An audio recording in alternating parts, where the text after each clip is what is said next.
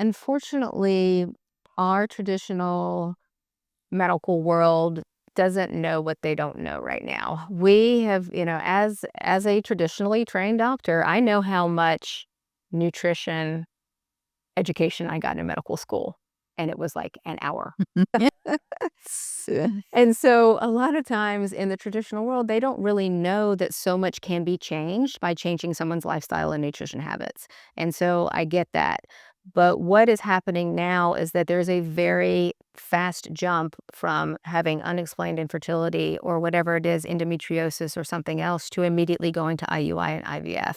Mm. And when you go down that road and then you start bombarding the body with multiple other types of hormones, stressors, all the things, it's very, anxiety provoking as Right. well. It can just become this spiral. And we see so many clients coming to us that are they are just at their wits' end by the time they get to us because they've been through 7 rounds of IUI and IVF, and Oh my gosh. they have spent a boatload of money. Some of them have been hospitalized because of ovarian hyperstimulation syndrome that happens after some of these medications.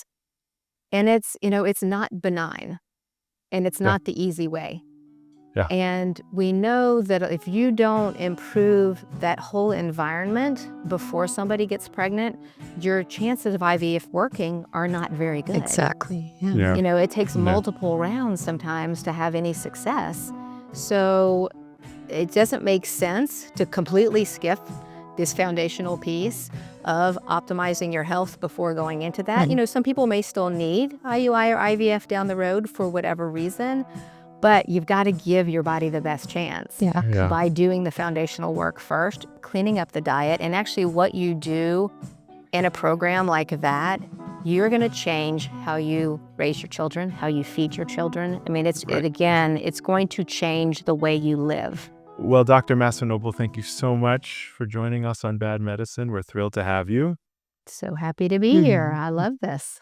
We wanted to start off and hear a bit about your story. Such a fascinating story. What brought you to the fertility space and your career trajectory? Always interesting. Absolutely. Yeah. So I am a traditionally trained doctor. I'm an MD. I'm internal medicine board certified and practiced medicine for 20 plus years in emergency medicine as well. So I did both emergency medicine and clinics, and then just realized that what we were doing is just putting a Band-Aid on most things. And it really started to get me to look a little bit deeper into how could I incorporate nutrition into my own practice. So I left the ER, left the urgent care, left some of the other spaces and said, I'm going to dive into this and open my own place. And in doing so, I found functional medicine. That was probably 2016 or 2017 when I then found IFM and could not turn back.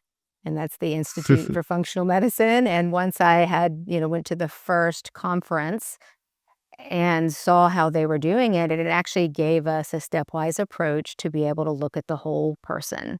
And it seemed so overwhelming at the beginning, but again, they give you an organizing system that allows you to do it because we know all the systems of the body talk to each other. This is not just one specific thing. So that's what brought me into functional medicine. And I opened my own practice in 2020 in the midst of the pandemic. But Good timing. yes. And that really opened our eyes to the metabolic health of our country, even more so. We already knew it was bad, but that made it so much more obvious that we have a serious problem here. And unfortunately, our patients don't know because they're just not educated. So my whole goal was to empower my patients to take their health back into their own hands, understand it, know that they have control over a chronic disease. So that's the most important thing. That's wonderful. Yeah, it's great to hear. Yeah. And then in doing so, just to get into the fertility piece, so I did have Right. an interest in, I found a lot of times when I was seeing patients in my office that struggled with infertility, they started to get pregnant when I was fixing their underlying metabolic issues or their autoimmune disease or whatever it was. And they were like, they told me I would never get pregnant, but here we Wow. are. And so then I took a little deeper dive into holistic fertility, got Mhm. certified in holistic fertility, and then trying to take this to more people. The one-on-one space is limiting because of our time. And Mm. so we have taken this to the online space so we can actually help couples who are struggling with infertility get pregnant naturally. I love that you say couples are Yes. struggling with infertility. So important. Anu and I were speaking about how it's so important to include both partners in this discussion, and it's something that I've seen in my practice. It seems that the woman is really the one with a lot of appointments and testing. Is this changing, do you feel? Absolutely. Well, it needs to. Unfortunately, we know that couples have been told that, oh, it's not really him, it's Mhm. you. Or, Mm. they've been given the chance of like, oh, you're only going to have about a 10% chance of conceiving or a 3% chance of conceiving. You need to do IUI or IVF. But yet, nobody's really looked under the hood. Yeah. Mhm. Under the hood, and the male especially, because usually they get relatively ignored in that space. Now, many of them may have had a semen analysis, but it's a little bit of the deeper dive that needs to be done because we know, reproductive health, it's kind of like the canary in the coal mine. We know when something is wrong with reproductive health, and whether it's, erectile dysfunction in a man or just that AMH or the ovarian function is low, there's something going on with health in Mm. general. So we know that we need to optimize health in order to optimize fertility. So how do you connect metabolic health with sperm health? Oh, yeah. So that's, it's all Mhm. intertwined. And we know in our society right now, in our standard American diet, it is the reason that we are a metabolically unhealthy Mhm. country.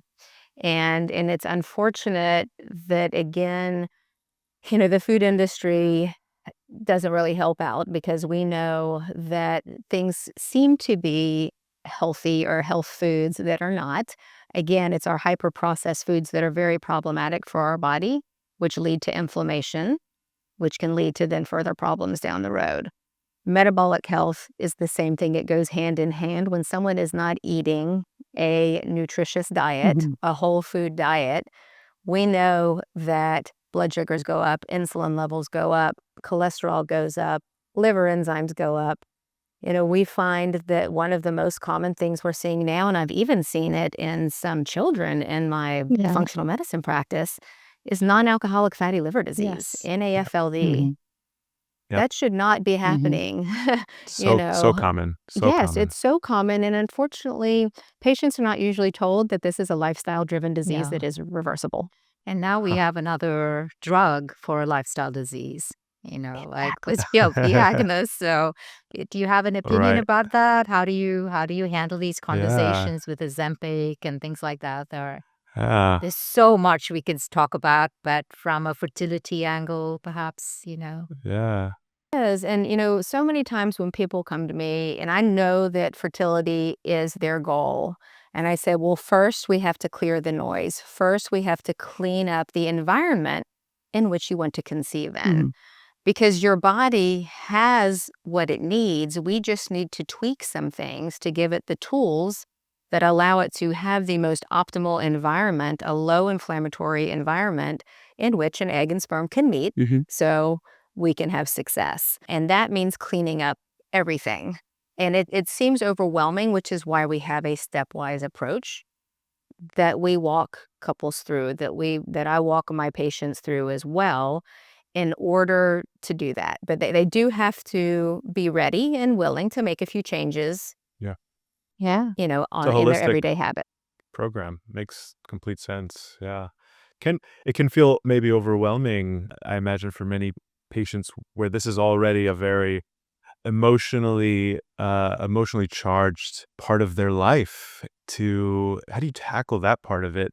And always trying to avoid, having people feel blame, which can feed more negative emotions. Well, we already know Yeah. in the space that we're in that those clients are anxious. They have felt hopeless. They have been told you have unexplained infertility. You're just not going to get pregnant naturally. To us, nothing is unexplained. Mhm. It's Mm. just that somebody hasn't taken the deep enough dive into it. Yeah. We know that there's so many factors that we can control. in order to optimize that environment. And so stress is one of the biggest things. It's one of the biggest hidden factors of infertility that we see. So it is something that must be addressed in everyone. Yes, I know I cannot control your stressors that come your way, but I absolutely can control the way your body responds to the stress. And when does one get labeled with unexplained infertility? Is it how Well, long or? yes, and so typically if someone hasn't been able to get pregnant in a year of Mhm. trying, and usually that's if they're under age 35, sometimes they increase that, or they decrease the amount of months. It's 6 months if you're over 35 that they can consider it unexplained infertility if all your blood work looks normal, if there's no definite explanation from the outside. Hmm. But what we know is that there is So far. much more underneath the hood, and there are things, and stress is one of the biggies, Mhm. but obviously male factor fertility is huge too. A lot of women feel that this is their problem and it's not their partner's problem. We Mhm. know that up to 50% of fertility issues is male factor. Wow. Wow. I mean, it's a lot.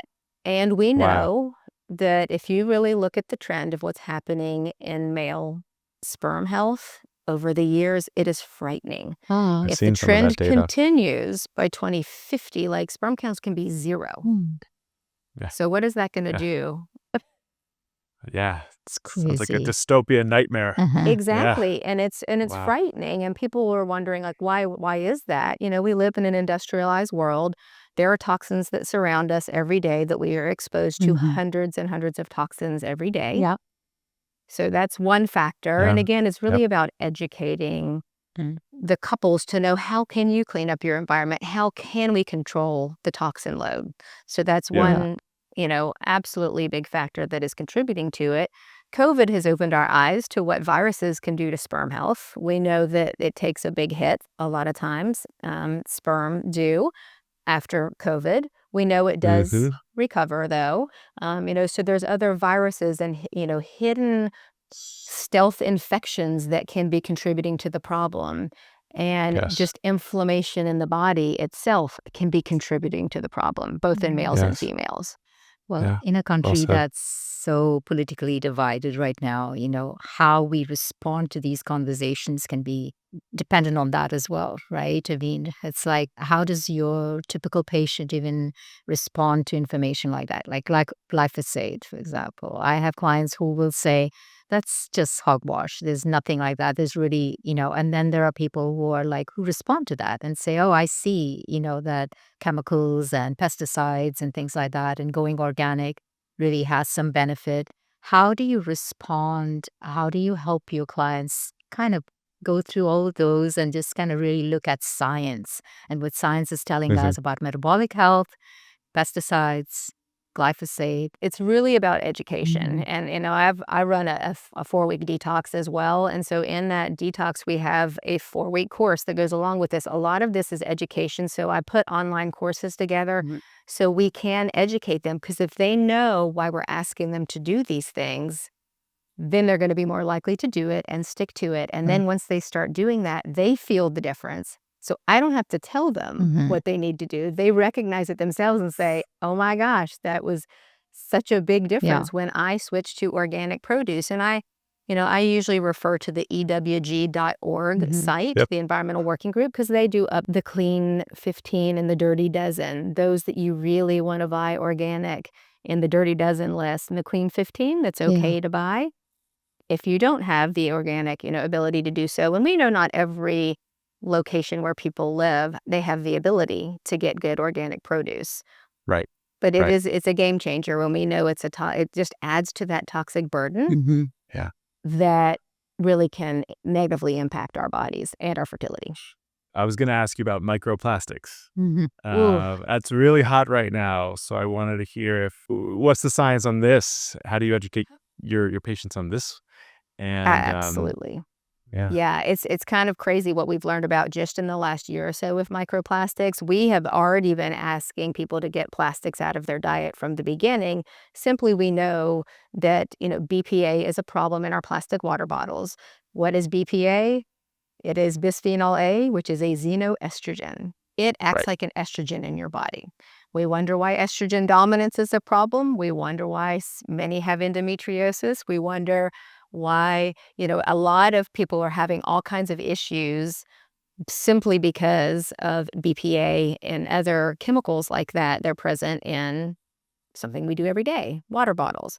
So Yeah. now the fact that they found microplastics, even in cardiovascular disease, within Carotid arteries, carotid and arteries, I've I'm seen some like, of are you these. Crazy. Every kidding? organ they've tested, right? Right. And we were already telling people, get rid of your Tupperware, get rid of all plastics in your house. Do not ever a microwave in it, but just get it out of your house in general. Get glass containers. If you are going to microwave, make sure it's in glass. Make sure you have your metal water bottle or a glass bottle or something else that you use, and don't use the bottled water. Yep, there we go. And make sure you're getting filtered Yeah. water. I don't know where you guys are, what the water supply is like, but unfortunately in my area, we got a letter from our Yeah. water companies saying we've found a higher level of PFAs in your Wow. water that you might want to consider filtering it. So of course, I've Yeah. always been using a filter, but And women are bombarded by way more toxins. And that's the reason we see that autoimmunity jump in women, like makeup and skincare and all those things. I mean, I'm sure that's part of the course too, right? Just teaching women about, because I feel like that education is so crucial for women. I mean, I spent like a month just teaching them about toxins in seafood and, makeup and things like that. So, yeah. 100%. And it's nice because other companies have come out with things that make that easier, because it seems so overwhelming. You're like, Correct. oh my gosh, I put these 5 creams on my face and I use this soap and this is in my hair. And, Yeah. how do I know if mine's good or not? Well, there's now apps out there. So there's the Think Yeah. I love that. app. There are all these, you can scan your Yeah. products and it gives you a score Yeah. of It's how great. bad it is. Yeah. Yeah. You decide, everybody kind of picks their poison. Yeah. I agree. I agree. Overwhelming for people, and I don't want them to raise their hands and say, I'm just not going to do anything. Mhm. We try to bring it down to what can you do? Correct. Get the plastics out. Yep. Do not order takeout food in these plastic containers. That's just a big part of it. And then start really looking at some of the products. But if you Yeah. still want to get your nails done at a regular nail salon, be it. But if you want to get your hair colored, Yeah. choose the thing. Yeah. Is your Choose, like you said, Yeah. choose the poison, that you choose the toxin Yeah. that Yeah. you can't really part with. Like for me, it's always been hair color, right? It's like, yes. especially with dark hair, it's just so, like I'm letting it all grow because I want to see how long I can go without having to color my hair. And finally Nick says, go do something with your hair. The podcast looks around. No, she's lying. I didn't say that. That's funny. You think I would comment about hair? Come on, I got. Oh, that's funny. Yeah, so it is one of those things, because we know it. All of these things add to a toxin load. So if you can get rid of some of them, you're still going to be in a Correct. better position. Yeah. And we know that. And then what does that do? Your body your liver is able to work better. Your You're able to microbiome. get rid of things. The Yeah. microbiome Yeah. gets better. Yeah, we know that glyphosate just destroys, Right. our microbiome. Yeah. And so many things destroy our microbiome that we are exposed to every day. Yeah. That's another hidden factor Yeah. that 100% impacts fertility. I Mhm. didn't know about the glyphosate and microbiome. And Oh, we have yeah. microbiome expert new, so maybe she can answer too. Yeah. But I was unfamiliar with that. Yeah, Um, there are so many things that impact our gut microbiome that it's really, when I started Yeah. diving into it too and really learning about it, I'm like, oh my Yeah. gosh, what your gut can do for your entire body is a lot. I mean, it really It's is that incredible. core foundational Yeah. piece that, and I find when we clean up gut health and we really address the gut Mhm. first, so many things Yeah. get impacted, whether it's your Totally. skin health, whether it's your anxiety. I mean, it's mood. Yeah. Mood gets Mhm. better. Your sleep gets better. It's crazy, all the Mhm. things that impact. So true, Dr. Christina. And the food industry is so powerful, so Yeah. things like pesticides and all of that is just, it's so much harder to get that message across. It's easier on certain things and certain levels, but when you see the power that they have, and these hedonic ultra processed foods that you were talking about has such a hold on all of us, right? Just to Yeah. even just to be able to say, I just I don't want to eat anything out of a box. That's a huge step for a lot of people because that is all Yeah. they do. And our country is so socioeconomically divided. I mean, many people are not able to afford some of these fresh, whole, unprocessed things. And like you said, maybe not even have the education to say, okay, this is good. This is not that great for me. But I'm sure you have a lot of clients who come to you, patients who come to you for like fibroids or PCOS that seems to exacerbate the whole fertility issue. Can you speak to that? Because I do have a lot of clients who struggle with PCOS and fertility. And I think Nick does too. So, yeah. That is one of the most common things Yeah. that we see that contributes to infertility, of course, is PCOS. A lot of times, it can be driven by insulin resistance as well. So really, regardless of whether it's PCOS or endometriosis or unexplained infertility, if we start with the foundational piece of gut health, of really healing the gut lining, cleaning up the diet, getting the processed stuff out, getting the gluten out, all those inflammatory foods, they need to be taken out so the hormones can be balanced. Remember, Mhm. gut health impacts our hormone balance as well. So once we do that, and then most of the time the patients or the clients start feeling better, they may have dropped a little bit of weight. Maybe their insulin levels are a little bit better. Again, we just start with that layer and then take a little deeper dive because it's not just about the gut health.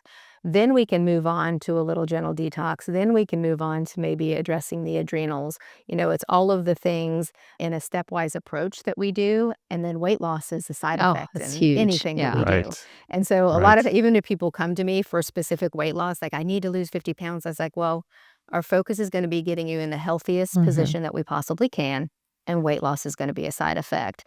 And sometimes with them, it just gives them a sense of relief because they've tried Mm. diet after diet after diet. And I said, look, I'm not putting you on a diet.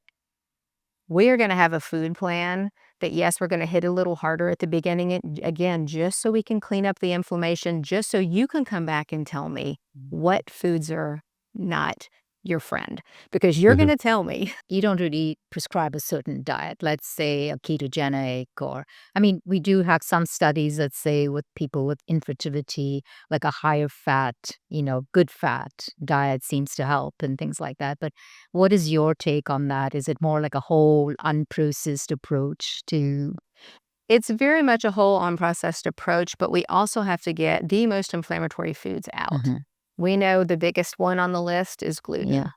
We know that's hard for a lot of people to get gluten out of their diet. Mhm. But again, we have the resources to teach them. So it's not just telling them these are the things that have gluten in it.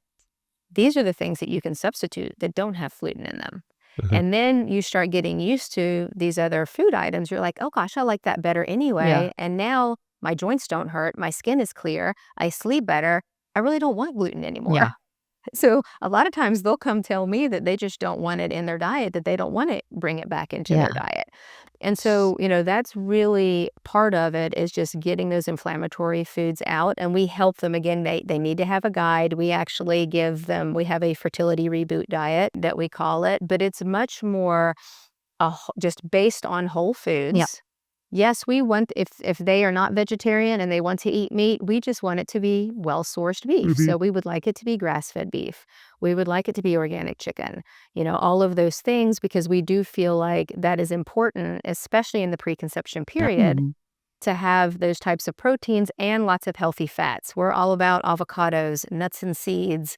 We even recommend seed cycling according to the cycle that a woman is, in her menses, that Interesting. can help support Yeah. progesterone and, Yeah. and estrogen at different times of the month. So it really is about healthy fats, well-sourced proteins, and eating from the rainbow Yeah. in terms of fruits and Absolutely. vegetables. That's yeah. Does does the diet change when they become pregnant? Uh, No, do you take them through pregnancy?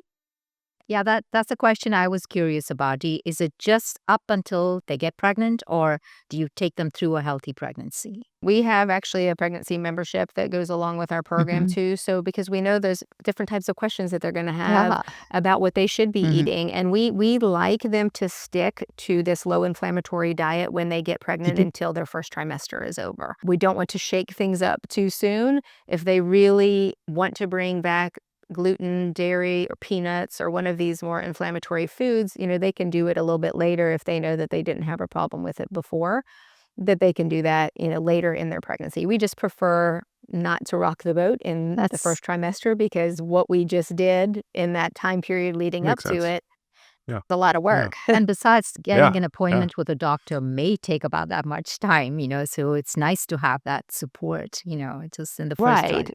And what is your take on fish? So, fish is great. Again, you have to see where it's being sourced from. Mhm. We're all about wild caught salmon. I do not Mhm. love farm raised salmon. Now, I think there are some new companies coming out with maybe healthier farm raised salmon, but I am not well versed in it just because it's not happening in my area. Mhm. I know that. So we really want them to focus on wild caught. Yeah. There are certain, higher mercury level fish that we definitely want them to limit. Mhm. And, tuna is a big one. Yeah. Tuna is a lot of people's favorite. So you And I kind of live on stick the to Gulf smash, Coast. Smash yeah. is best. Mhm. And if they can incorporate those foods into different things, if you mix it into a salad dressing or Yeah. something, even if you don't like that stronger Yeah. fish flavor, you can do that as well. So, That's and just wonderful. make sure, it's coming from a good place. Because I do live on the Gulf Coast, we tend to catch a lot of our own Mhm. fresh fish, but you have to be careful about if it's a really deep fish, a lot of times it can have a higher mercury level, whether it's a grouper or Yeah. something like that. I think that's fish is a big fear factor for a lot of people. They've heard about mercury, Yeah. they were concerned about the baby's health, and so thanks. Yeah, that really Would helps. you say this is a concern pre-pregnancy as well? Usually we say like, oh, you become pregnant, now you need to start caring. When we clean up that toxin load before someone gets pregnant, in the preconception period, there's so many things that are happening. And we know that with changing our nutrition status, change the epigenetics that then you Yes. transfer down to the next generation. Yeah. So it's Yeah. really what we do in the preconception period can impact not just your child, but your children's children Yeah. later down the road. Yeah. It's I kind of agree. a little mind-boggling to think Mhm. about that, but it really Yeah. does impact it that far down the road. And the biggest Yeah. gift a mother is Yeah. giving her child is her microbiome. So keeping it Mm. that healthy is, I think, kind of makes Yep. sense Yep. to really start taking care Avoiding of it. 100%. unnecessary Yeah. antibiotics. Yeah. Makes Exactly. sense. Yeah. And that's, back to the microbiome, we do at least give them a list of good probiotic rich foods that they can consume, in addition to a good, supplemental probiotic is beneficial. There's a couple different kinds out there. Mhm. The whole supplement realm, that's a different topic. Yeah. We're all about those that Yeah. are more medical grade, professional grade supplements, Yeah. of course, because we know exactly what's in Yeah. them and how Yeah. they work. And Yep. I mean, I've seen like with just functional analysis of microbiome, how the microbiome changes during pregnancy. When you do your Yes. first trimester to second trimester, it's like a complete change of the microbiome. And Whoa. it's so interesting to see that happen. And when you Whoa. It explain the is. why, then I think that's when it clicks. And so yeah. Yeah. Right. And it's an evolutionary thing because we know that, as the mama's body is getting ready to deliver a Yeah. baby, things need to be optimized, and microbiome is one of them. That's the baby's going to be Mhm. getting all of that. So, I'm curious, is there new information about the vaginal microbiome? I know it's not as hot a topic as the gut microbiome, but I it's becoming wonder. hotter. Yeah. It Okay. is becoming hotter, so it is coming out a lot more now about the vaginal microbiome because Yeah. a lot of women do suffer with different type of vaginal complaints, and whether it's bacterial vaginosis or something like that that tends to thrive in an environment that is not healthy, doesn't have a healthy microbiome. There's some other ones out there like ureaplasma Mhm. can be a Mhm. problem sometimes in fertility. We're just now starting to learn a little bit more about it. I'm kind of waiting for a little bit more research to be out there and really understand, okay, if I start getting, looking at the microbiome of everyone in terms of the vagina, like what do we do with the information? Is it clinically relevant? Right. And how do we change that Mhm. environment? And so there's a Yeah. lot of recommendations out there. I know that just a good standard oral probiotic right now helps so many different things. But there's gonna be more about Yeah. that, and there are vaginal probiotics as well, Yeah. that can be beneficial. I've seen BB and UTIs really respond well to probiotics. Yeah. Yeah. Definitely. Definitely. Yeah. And it's interesting because I have just in seeing patients over the years, certain inflammatory foods can impact vaginal symptoms, bladder symptoms, all of Mm. that. I mean, I really, my patients teach me so much because, like, if they really have a bad diet and maybe they were drinking 6 Diet Cokes a day, and that's the first thing we have to get rid of, and it took care of the bladder spasms that they saw 7 urologists for and were given 10 different drugs for, that it never, and like all of a sudden the bladder spasms go away. She's like, "I'm ready to do more. Yeah. I don't know how that could Yes. be, but Yeah. that was my problem." I'm like, Yeah. "For real?" I mean, I Yeah. learned about that. Have you seen that connection with Yeah. alcohol? Oh, so Yeah. alcohol, that is a topic in and of Yeah. itself because we know, especially in the fertility realm, we have to, alcohol's got to be out. Alcohol, CBD, marijuana, any form of smoking has got to go. We know that is a problem for sure. Yeah. I agree. And alcohol, just in terms of general health, it negatively impacts our gut Mm. microbiome for sure, can contribute Mhm. to leaky gut for sure. And it's another toxin. It's a It's an acute toxin that your toxin. body has Yeah. to handle. Yeah. Right. Yeah. Yeah. So Yeah. Yeah, Well but it's said. harder, right, Dr. Christina? I mean, like, do you think we'll be at a place where how we look at smoking today, do you think we'll be there with alcohol in maybe a few years, I feel like enough leaders in the field and that are out there more on social media are really talking about it a Mhm. lot more, going 100% alcohol free. And a lot of times they can patients and clients and just society can hear it. But once they say, well, let me just see what it does if I take alcohol out of my diet, let Mhm. me just go for a month and not drink alcohol. And Huge. then they're going to come back and Yeah. say, oh my gosh, how was I like abusing Yeah. myself like that? Mm. Because they feel so much better. And Yeah. it's something that my patients come to me all the time. We know that we get into a habit. You come in from work, you Mhm. have a glass of wine, and then you cook some dinner, you have another glass of wine. Before you know it, you've had a couple glasses, your sleep is awful, you wake up Yep. with brain fog, Yep. you do it again the next day. Rinse and repeat. Yeah. Yeah. And Yeah. Yeah, it's you see something in, like, Hollywood, the movies, the guy comes home or the woman comes home exhausted, frustrated, anxious, they reach for the alcohol. It's like almost Right. like it's cultural and that needs to change. Yeah.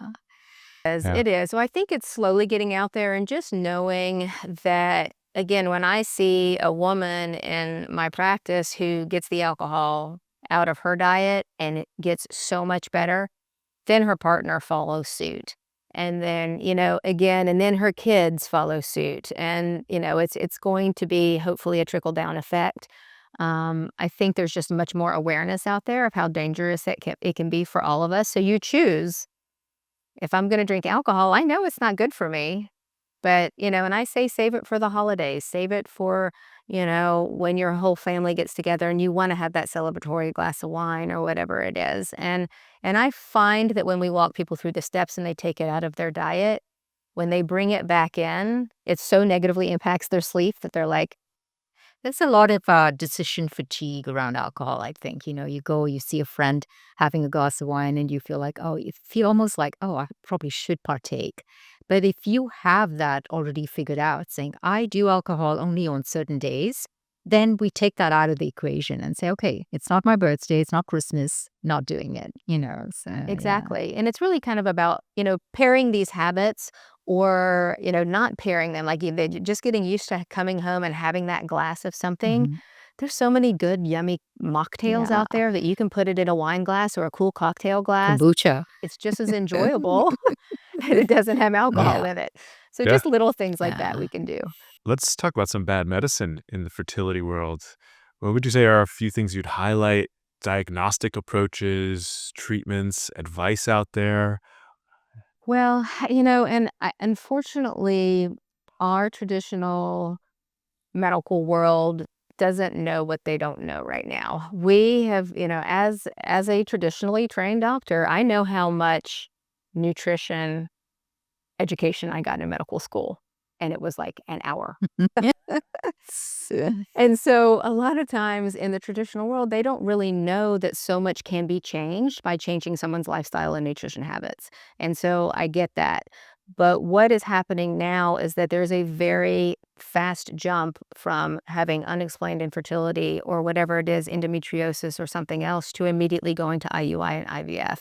Mm. And when you go down that road and then you start bombarding the body with multiple other types of hormones, stressors, all the things, it's very, anxiety provoking as well. Right. It can just become this spiral. And we see so many clients coming to us that are they are just at their wits' end by the time they get to us because they've been through 7 rounds of IUI and IVF, and Oh my gosh. they have spent a boatload of money. Some of them have been hospitalized because of ovarian hyperstimulation syndrome that happens after some of these medications. And it's not benign, and it's Yeah. not the easy way. Yeah. And we know that if you don't improve that whole environment before somebody gets pregnant, your chances of IVF working are not very good. Exactly. Yeah. Yeah. It takes Yeah. multiple rounds sometimes to have any success. So it doesn't make sense to completely skip this foundational piece of optimizing your health before going into that. Mm. Some people may still need IUI or IVF down the road for whatever reason, but you've got to give your body the best chance Yeah. Yeah. by doing the foundational work first, cleaning up the diet, and actually what you do in a program like that, you're going to change how you raise your children, how you feed your children. I mean, it's Right. going to change the way you live. Absolutely. Yeah. It'll make less medical problems in the future, Yeah. less for me to deal with as a primary care in 20, 30 years. Exactly. And I will Yeah. have to tell you, so one of the ones, since I just mentioned ovarian hyperstimulation, we did have a doctor couple that we saw. She's an endocrinologist. He's a cardiologist. She had failed 7 rounds. I mean, multiple rounds of Wow. IUI and IVF both, was admitted to the hospital multiple times for ovarian hyperstimulation syndrome. Family didn't know they were even doing, any IVF treatments. And she's just like, I didn't know what else to do. So I'm just going to try this way. She knows nothing about functional medicine. They just trusted the process, cleaned up everything. And she now has a 2.5-year-old girl, a baby girl. Wonderful. So It's she amazing. got pregnant Yeah. within 8 weeks of working with us. We actually ask our couples not to attempt pregnancy for 12 weeks because it takes It's just 90 so- to 120 days to optimize sperm and egg.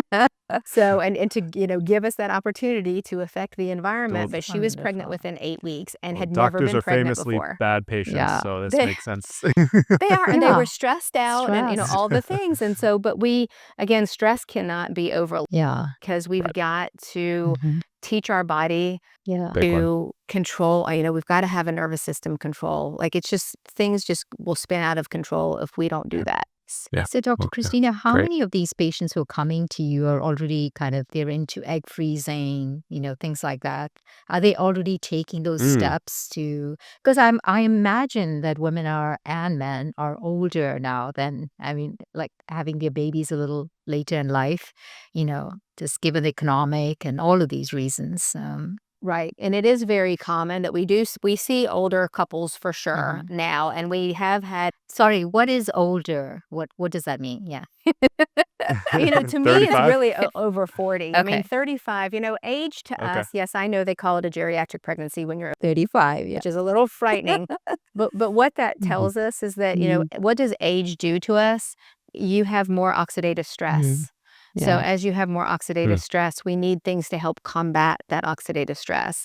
And really, it's about antioxidants, about, improving all of these factors in your body so that you can have just healthier egg quality. And again, we know that, and it's again another topic, we know that people can change their biological age. Yeah.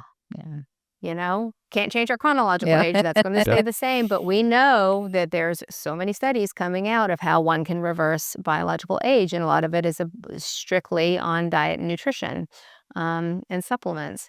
So it is something that we Yeah. find really helps support our clients that are older, even if it's just over 35, but especially in the over 40-year-olds, we already know that we need to work a little harder on that and make sure that's under control. What's your take on the over-the-counter fertility testing, like AMH testing? I'm curious, would you call that bad medicine? Is Yeah, that, or is and that the thing something is, you welcome I don't more? know how accurate that's going to be.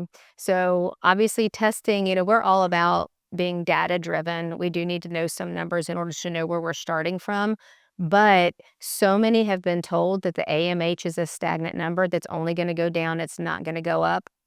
That is not what we see. We have quadrupled it. We have multiplied it times 5. And really it's crazy how much that can improve for something that has been, told to them that there's no way you can't change that. Yeah, Your AMH is just in the dirt. It's less than 1, you're in trouble. That's not yeah. true. I think we just highlighted some bad medicine. Yes, and, it really is just discouraging, I think, Yeah, so many women, and that's right. why we really want to be out there so they know there's just another option, Yeah. and it's not like this is not giving we're Yeah. not giving anybody drugs, like, we are strictly teaching them how to live a Mhm. healthy lifestyle, and in doing so, optimizing their Yeah. reproductive health at the same time. Yeah. Oh, the one question that I think you and I both had was acupuncture, and how do your patients try that as? Yes, and we absolutely support that. Mhm. We know there's different it can help in different ways for sure, and it goes for both males and females can be assisted, with acupuncture. It's not the only thing. We do ask if they do go see an acupuncturist. Sometimes they want to give them some Chinese herbs as well. Unfortunately, I'm not trained in traditional Chinese herbs. And there is some overlap with some of the supplemental support and nutrients that we like to use. So we don't want Yeah. to confuse things and have too much on board. But yes, acupuncture is a great extra that one can be doing to help support their fertility. So do patients come to you Yeah, in your big group fan. program? Do Been a they while come been a with while. like Yeah. basic blood work, or do you order blood work as part of the program? Just. Yeah, so what we do, a Hmm. lot of times they've already had some bloods done. They Hmm. usually don't have everything that we like to look at because we're Hmm. a little bit more about inflammatory markers and nutrient status and different things like that. But what we do is we actually give Hmm. them a list of the labs that we like to look at. They are welcome to go to their provider and say, hey, I'm in this coaching program. They like to look at some Hmm. numbers. Can I get this through you all? Or we have the ability sometimes to order Hmm. a cash price Hmm. that is much more competitive Hmm. with some of the bigger lab companies that we can get That's that for cool. them if they need that. I've been on the receiving end of some of these. Yes. So, I like to, 'cause, it's the easiest visit I'll have today is, like, the big list of labs. I look it over, assuming it's, like, reasonable, and I try to code it as well as I can, and I give no guarantees of coverage Right. because 'cause I'm not their insurance And company. that's the thing is that's what Yeah. I tell them is if you know your insurance company, A, doesn't cover fertility, that's probably not gonna cover the AMH. Sometimes they'll charge Mm. more for an AMH than they will for the whole 20 lab panel that they can order. So Wish Yeah. I could say I was surprised to hear that, right, I but mean, I I'm see it in my not. practice all the Yeah. time because if somebody doesn't Yeah. cover a vitamin Can D you level, believe I it? mean, sometimes they don't cover Yeah. a vitamin D level, which is mind-boggling to me, but they'll charge them $200, and I'm like, "Okay, Hmm. we could have gotten the whole panel for $200." So that's what we let them know. So we have the ability to assist them to be able to get these labs done if they haven't had them done, because a lot of times there are certain labs that the doctor's like, "Well, I don't know why we need to do that. Why do we need a homocysteine level? Why do we need an Yeah, HSCRP? but Why do we need some of these things?" I feel like while it's the worst it's ever been in some ways for, like, coverage, and it's also the best in terms of, like, all these yeah. options for cash pay labs. I think this is, like, the golden age Gosh, of, like, you can go and out you're on your so own right. Like and vitamin find a D, lot of like this you could stuff. get that for like $30, like direct labs, So I don't understand Yeah, why insurance would just veto something yeah, like that. It's just beyond me. Yeah, yeah, They're yeah, antiquated. They're antiquated. It's the same yeah, reason that the reference ranges are essentially incorrect on the lab results we get. yeah, It's because they're working off of data from many, many years ago. yeah, We know vitamin D is not yeah. optimal at 30. You know it and I know it, but yet that's, patients come to me and say, "Well, my Hmm. doctor said it was normal because I'm 30." I'm like, "No, that's not normal. That's not optimal." What is your optimal range? We've heard various, as we've asked different people, they give their own take, I like 40, 50 to 80. 50. I like 50 to 80. If Yeah. somebody is hanging in the 40s and I'm just starting to work with them, it's not like I absolutely have to throw a vitamin D supplement at them because I know as we do the gut health Yeah. piece, they'll start absorbing things better. It's really an Uh, absorption problem when there is again, so much noise in the body, so much inflammation. Things are just not working well. You're not absorbing nutrients like you should. And so we find a lot of these nutrient deficiencies can improve with time. Now, if somebody's at the lower end of the 40s or under 40, then, we And it's do not race recommend supplemental specific vitamin because I D. know with African Americans, All right. Indian, we just, I don't know if there are enough studies done on Mm. us. So, yeah. There's, and it's funny that there's more and more people that have vitamin D deficiency now across all cultures. Yeah. And we think that there's something going on that even if you're outside a lot, you can't always convert to the active form. There's a problem just converting to the active form. So you may have to give the active Yeah. form. And we just know our food is not as nutritious as it used to be.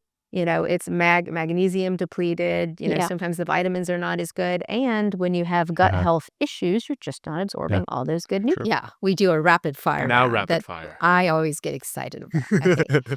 All right. Is 3 best foods for Yeah, she loves it. fertility. 3 best foods for fertility. Oh my goodness. Okay, I would say salmon, mainly because of the omega-3s, but make sure it's Okay. wild Mhm. caught. I Mm. would say pumpkin seeds. And I would say, oh gosh, if I just had to choose one more, that's so hard. Gosh, I would say All right. any green leafy that is your favorite, because again, That's great. chock What about full of top antioxidants. 3 supplements for fertility Top 3 specifically? Yes. supplements for fertility. Okay. Well, obviously a There you good go. quality prenatal vitamin for any female. Uh-huh.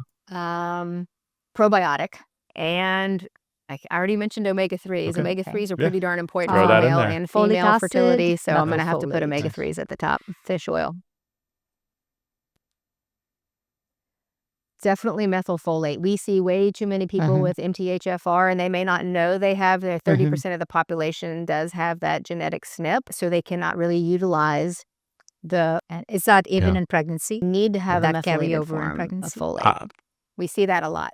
Potentially so, yes. And so we find that most of the prenatals now Mhm. have switched over to doing methylated B vitamins in there instead of just doing traditional folic acid, because we Right. do find like that, again, it's kind of a topic in and of itself, but folic acid can kind of bind to some of the receptor sites, so the active form cannot bind. So we really only use Nice. methylated forms One of common the B mistake people vitamins. make when trying to improve their fertility. Mm. It's just focusing 100% on the woman. Yes, It's not that's our just a big female message from problem. today. That's the bad medicine. One lifestyle hack Nice. that, Yes. one thing that they need to change to make this, One Make a lifestyle big hack. difference. Yeah. I would say, something that I see so often is poor sleep in many, many people. And Yeah. sleep, again, is one of these foundational pillars that if we're not sleeping, we're not repairing. Our body is not restoring itself for the next day. And sleep dysfunction is on the rise too, a lot of times Yes. because of these devices that people cannot seem to get off of, the computer that shuts down our melatonin at night when we're on it too Yeah. late. People have a lot of bad sleep habits, I notice, because we do inquire about that. And switching just that Yep. improves so much the next day. And people Amazing. just feel better, are just more I positive feel like people eat minded, better when hop out they of bed sleep better. with a little bit more It pep in kind their of step. feeds back in this positive way. Yeah. Yeah. Right. And then Yeah. eating earlier, of course, at Yeah. night helps you sleep better. Just don't, and that's what we encourage people. Don't eat So at 9 respecting o'clock the at night before you circadian go to bed rhythm, an hour later. That's just not making ideal. sure Have that a you couple understand hours your diet from your last meal just until you taking care of sleep. that. Yeah. Absolutely. Absolutely. Yeah. 100%. Seeing a little sunlight when you Yeah. wake up in the morning is Residency always is a a good great thing. way to convince anyone of the importance of sleep. I Yeah. remember all I too was well. baby And that with was my before, 24-hour they have shifts. some limitations now. No, Oh, I think I remember gosh. very clearly not seeing the sun for a month when I was on an every other night ICU rotation in my internship. Yeah. First, didn't see the sun for the whole month of December. I remember. I I sure delivered did a learn a baby at the lot, but 23rd I did hour not of a see the sun. 24-hour shift. Yeah, that was memorable, as you Oh can my tell. goodness. So, Yeah, yes, the the importance of things we sleep. remember. I guess if you want to convince yourself, try going without, Yeah. Go with Yeah. 5 hours a night for a week, and you'll really be convinced how critical it is for every function of the human body. It's amazing. Yeah. It really is. Yeah, sleep and stress, two And biggies. And we know that if we can control our Yep. stress and Yep. learn how to manage our stress, we sleep better. Well, It's take one amazing how step they at a go hand in time, some hand. baby steps, and we at least we know where we're aiming, right? I love it. Yeah.